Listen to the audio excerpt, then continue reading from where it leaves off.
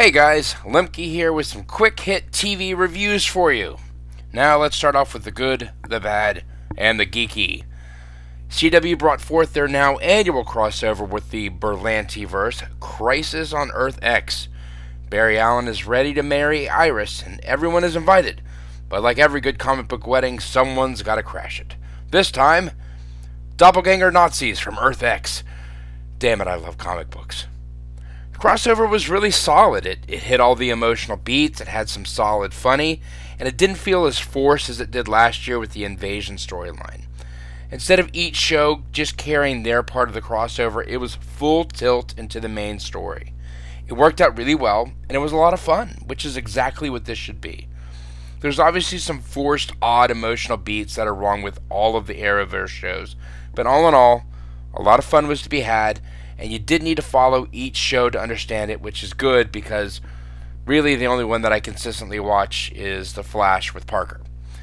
So I do look forward to next year's show already, and hopefully they keep this trend going. Next up, let's get into the bulk of it. It's The Punisher on Netflix. I'm going to admit I was really nervous going into this because, and this may be like an automatic disqualifier for some, but I am not 100% on the Marvel Netflix brand so far. There's a lot of things that I really love, the more grounded storytelling, the characters, and for the most part the villains are all stronger than their film counterparts. However, every season so far has felt longer than it needed to be. Even with the Defenders cutting the series order down some, there was still too much fat that needed to be cut. So, how does The Punisher fare? Are we talking Daredevil Season 1 or Iron Fist? Well, you'll be happy to know that Frank Castle has finally gotten his due. After Thomas Jane really kind of nailed the character but couldn't get a decent film around him, and then the other duds, John Barenthal and more importantly, showrunner Steve Lightfoot have really put together one of Netflix's best. The villains worked, the characters all felt really fleshed out and interesting, the world felt powerful and real, the violence felt both appropriate and horrifying. There's not like a glorification going on here. It was brutal, and there's a sequence in a flashback during Castle's time in Afghanistan. It's almost hard to watch.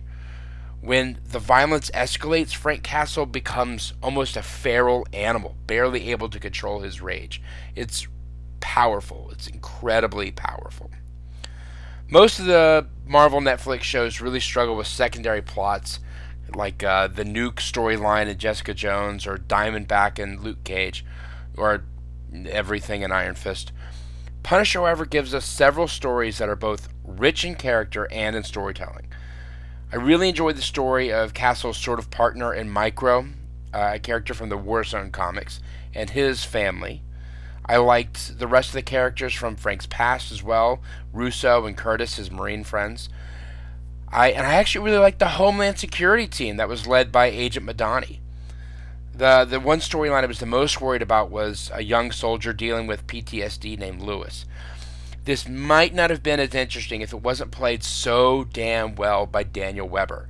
I was actually really invested in this, and I thought the show as a whole did a really excellent job in dealing with the soldier's journey back home from war. This could have been an absolute weak spot, and it came off as very moving and very profound, and it wasn't the same thing that we see every time. Obviously you have to take it to a little bit of the comic book extremes, but it still never felt like you were creating a situation or creating drama where there didn't need to be it. It was there and it worked. Honestly, I think I may have to put this show at the top of the Marvel Netflix list, topping Jessica Jones. And while it doesn't have the great David Tennant as a villain, I just really enjoyed the arcs of the villains here. You got your overall big bad with the deputy director of the CIA, but things are so nuanced and so well told here, you get invested in every one of these characters, even and especially the bad guys. A lot of praise needs to go to Steve Lightfoot for running a very, very tight show. Like, Like all of the Marvel Netflix show, you could probably lose an episode and be better for it, but it's fantastic to see the Punisher done so well.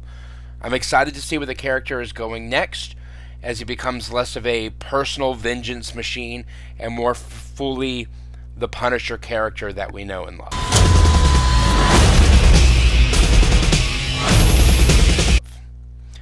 The next show I want to talk about is Hulu's foray into the Marvel Universe, The Runaways. Now, they're not dropping the show binge style, so you have to go normal week to week. I know, Netflix has spoiled us. Runaways is based on a comic book by Brian K. Vaughan, and it's an absolute blast to read. I recommend going and picking up either those trades. You can always check out New Dimension Comics for those, or reading them on Marvel Online. Josh Schwartz and Stephanie Savage developed this for television, and if the show feels a little bit like a comic book version of the OC, it's because these are the people that created the OC, and that is not a bad thing at all. Runaways is about 6 teenagers who grew up together despite all having varying backgrounds, because their parents were involved in the same charity. But as they soon find out, it's less charity and more cult that sacrifices people to increase their wealth and standing. You know, one of those. The kids have to deal with this startling revelation while compounding more of their own in individual journeys as well. There's been 4 episodes of the show out so far, and I'm really digging what they're doing. They're certainly not shying away from the fact that this is a comic book show. And the comic is a lot of fun and plenty of wacky. So there's just lots of areas for them to go through. And I don't want to spoil this right off the bat, but when you've got a telepathic velociraptor and it doesn't feel out of place and it just feels awesome, like a telepathic velociraptor should, hell yeah, go for it. Now, obviously the fact that they're going to have to skirt the mutant issues that one of the characters in the comics is a mutant, and you can't do that because of the rights, but the cast is so game to play up the fun of the show while still maintaining the dark, mysterious nature of its central story. Plus, James Marsters, Spike from the Buffy the Vampire Slayer, is in it as one of the parents, and it's just fun to see. Of course, the setting is gorgeous because it's the California coast, and it's the pristine high school setting, and the melodrama that you were just there, and you keep waiting for, like, Seth and Ryan and Marissa and Summer and California! Nailed it. So check this show out. If you don't have Hulu, find somebody that has Hulu. I think Hulu is worth having for this and The Handmaid's Tale and some of the other things that they're coming out with, developing right now. The James Franco 11-something-63, the Stephen King story was actually really good. I think Hulu's going to be the next player in this game, so I recommend getting it. I've cut the cord, and I've got Netflix and Hulu. So that's, 3 positive reviews. It's nice to be able to do. I'm getting started on Godless on Netflix, which is a Western from Scott Frank. He's the writer behind Logan and Out of Sight and Minority Report. Jeff Bridges plays an outlaw who's hunting a man who cost him his arm, and he's hiding out in a town full of women. I just finished the first episode. It's really, like, atmospheric and very westerny, and I'm hoping that it maintains this kind of thing throughout, because I really enjoy westerns, so I want this to be very good. I'm also watching Future Man on Hulu. There's another Hulu plug. Hulu really should be a sponsor of the show. It stars the Hunger Games' Josh Hutcherson, and it's from Seth Rogen and Evan Goldberg from Superbad, and Seth Rogen from everything. And so far, it's really funny, and it's, you know, just as sophomoric as you would expect it to be, but it's a fun premise. It's really poking fun at itself. It plays up all of these different tropes, and, you know, it's right up those alley. So if you like those type of movies that these guys keep putting out, this is a TV show that's right in that sort of vein. So 3 positive shows, couple of new things coming on the board, and all right, I feel good. You guys feel good? Good. All right, so until next time, make sure that you like, share, and subscribe this video. Happy viewing. Let me know what you think. If you have other things that you want to recommend or things that you're getting ready to watch and want to know what I think, who doesn't want to know what I think? I've got a game show. Let me know. I've been Lemke, and thanks.